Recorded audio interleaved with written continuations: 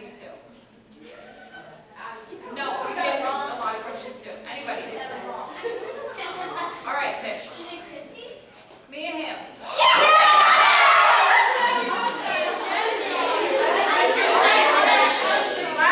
Last three, and then we can get to the not so fun stuff. Okay.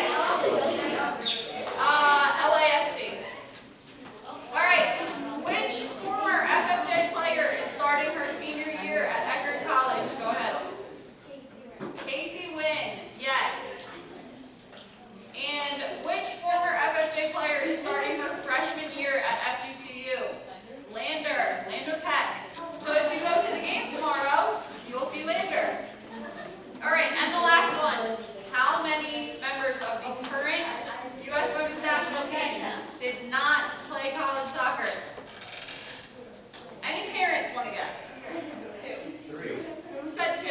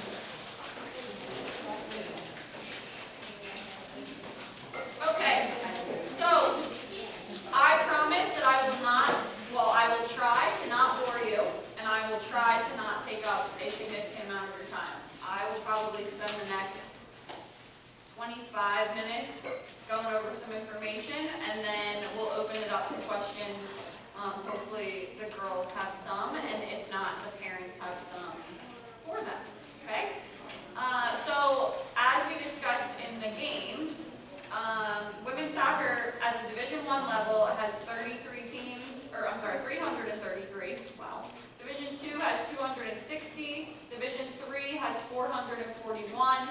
NAIA, which falls into a different category than the NCAA, has 188. And the NJCAA, which is the junior college, has 181. So, where things differ in regards to this is that Division 1 is considered to be the highest level that you can play at in the NCAA for collegiate sport. Division 1 student athletes can receive scholarships at the athletic level and the academic level. The same also applies to Division 2 schools. There are less Division 2 schools than Division 1 and almost significantly less than Division 3. But at the Division 2 level, you can still receive an athletic scholarship to attend and participate on the team. At the Division 3 level, there are no athletic scholarships. Okay, so if somebody is going to a Division 3 school to play a sport, they are not going there on athletic money. There are a lot of financial opportunities, however, for scholarships at the Division 3 level. It could be academic scholarship, or it could be different scholarships that they promote through the school or the community. And then also there's different areas of financial aid which parents you will need to start thinking about, because if you are going to play a sport at any level, you are going to have to fill out a FAFSA for financial aid, which if none of you have heard what that word is, or you've sent kids to college before, then it's a lot of fun and it requires a lot of tax documentation. But you don't have to worry about that right now. The best part about that is that FAFSA is filled out so that you can figure out how much money you can be awarded by scholarships and grants and things like that. Hopefully that you do not have to pay back.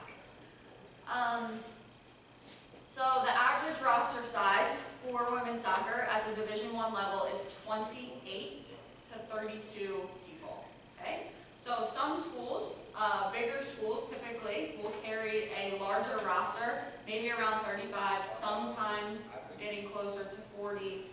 This will have practice players or just an overall bigger roster because they can, and a lot of people want to go to their school. But the average roster is 28. FGCU currently has 29, so it's comparable to that.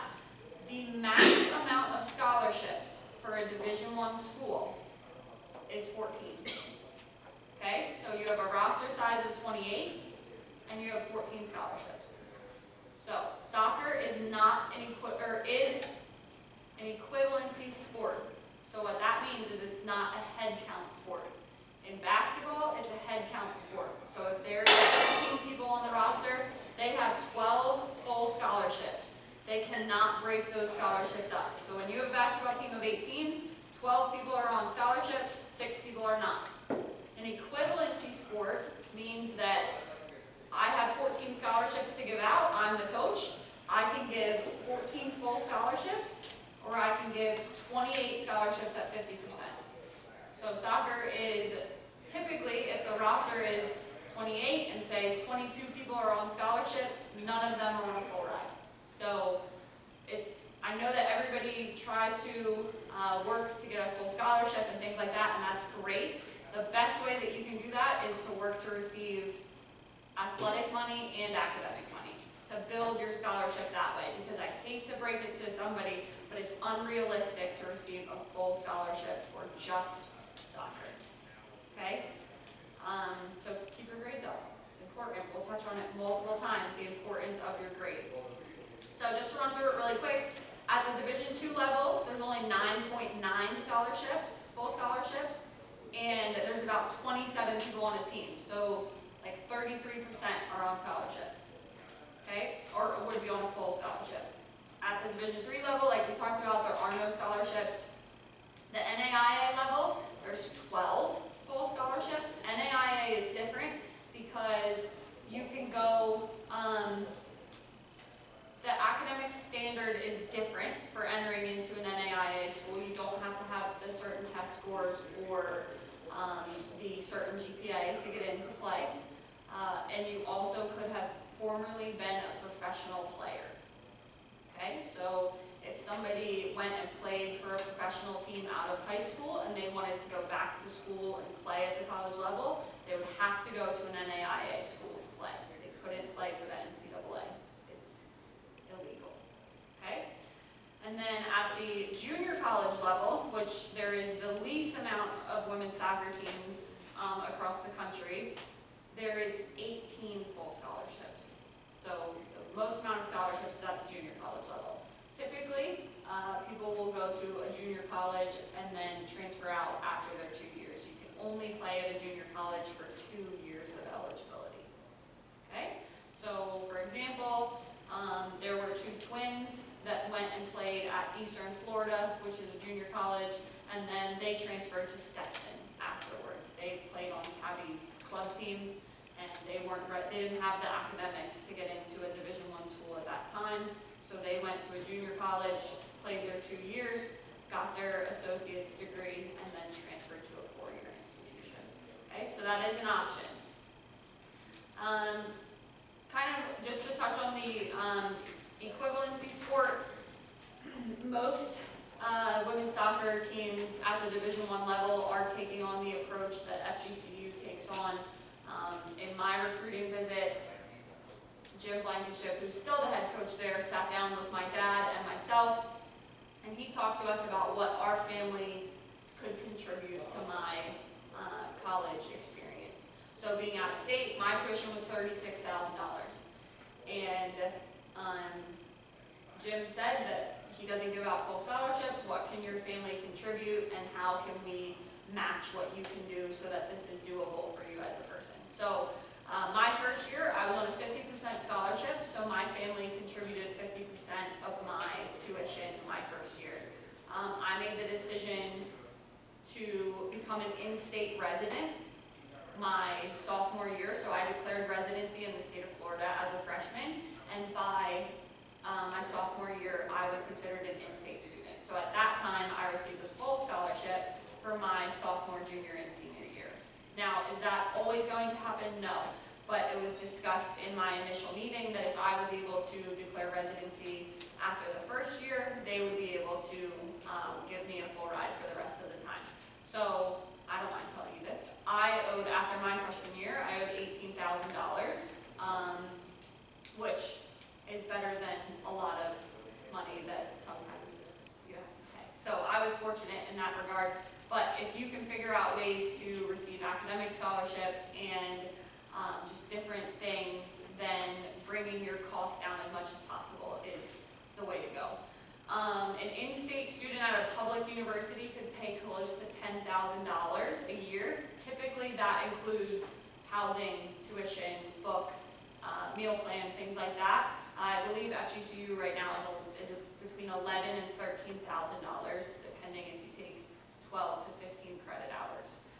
But an out-of-state student at a private university could pay upwards of $60,000 a year. So as you guys start to think about where you want to go to school and whether you want to continue playing soccer or if you want to focus on your academics, because there's nothing wrong with that if that's the route that you guys choose, you're going to want to start looking at different scholarship options, different avenues for things, because you want to be realistic about your choices, but you also want to make a decision that's best for you. They say it all the time, not everybody receives a scholarship their first year and then keeps it for their 4 years. So typically schools honor your scholarship, that if you get one your freshman year, you'll have it all the way through, which is great. But there are people that go to school as a walk-on, or they accept a roster spot and they aren't on any money at all, and then they work really hard, or money opens up as people graduate, and then they receive scholarships at that point as well. So if your dream school is offering you a spot on the roster and you can afford it and it's what you want to do, more power to you, and work your butt off, and there's a chance that you could earn a scholarship as well. So don't rule that out either, but yes. Okay, so I like to be as realistic as possible because I know that it was my dream to play college soccer as I was growing up, and that it's what I wanted to work for. But I want you guys to understand the level of commitment that you need to put in on the field, in your training, in your additional training that doesn't have to do with Florida Fire, and then also your academics. So in the 2018-2019 school year, there were about 388,339 high school women's soccer players. Okay, so let that sink in. Almost 400,000 girls were playing high school soccer. Okay? The number of college women's soccer players was 38,873. Okay? And of that number, 1,155 were international recruits. So they weren't from the United States. Okay? That means, does anybody know what percentage that is? Anybody want to guess? Yes. Yes, just guess a number. 10%. Close. 9.7% of U.S. high school women's soccer players ended up competing in college across all the levels of soccer. Okay? So you have almost 400,000 people that are competing to play at the college level. Some of them are going to decide they don't want to play soccer anymore. Some of them are going to realize that their dream of playing soccer is not going to happen, whether it be for financial reasons, or they're just not good enough, or some other circumstance. But 9.7% will continue to go on to play at all of the levels. But only 2.3% of high school women's soccer players went on to compete at the Division I level. Okay? So if that is something that you want to do, you need to commit to it now. Okay? And really start focusing in on it. I'm not saying that to scare you, I'm not saying that to like crush your dreams or anything like that, because I think you're all capable of playing at the Division I level if you want to set your mind to it. Okay? So that's like I said, that's something that you have to commit to and do everything that you can to get to that point.